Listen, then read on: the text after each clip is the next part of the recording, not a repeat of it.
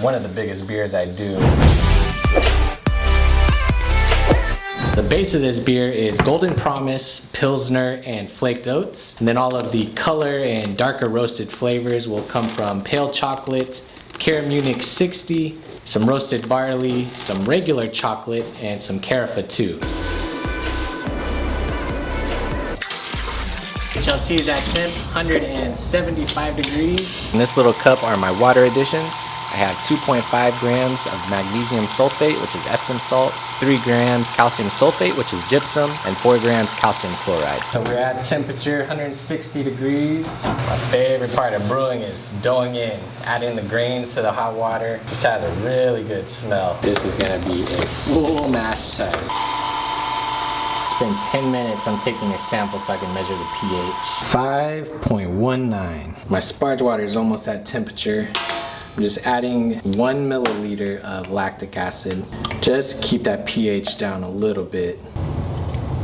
We're almost ready for the lauter. I'm just bumping up the mash tun temperature to 168 for the mash out. So we're at mash out temps, 168. I'm going to start the lauter. I'm gonna open up the whirlpool valve to start transferring to the kettle and close up my recirc. I drained off a little bit of the mash first. Now I'm going to start the sparge. I'm almost done with the lauter. We got about 2¼ gallons to go. To wait for the lauter to finish, I'm going to kick on the boil kettle to start preheating that. Just giving this a little bit of a stir so I can take a pre-boil gravity sample.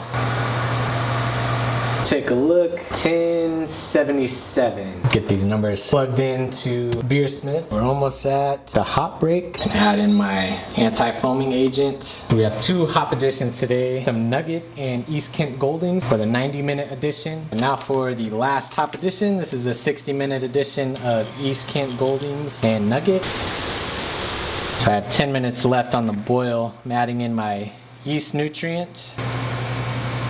So I have 1 minute left on the boil. I'm kicking on the whirlpool so I can whirlpool for 10 minutes, sanitize my lines. After the whirlpool, I'll let it rest for 10 minutes, and then I'll knock it out through my plate chiller and then into my fermenter.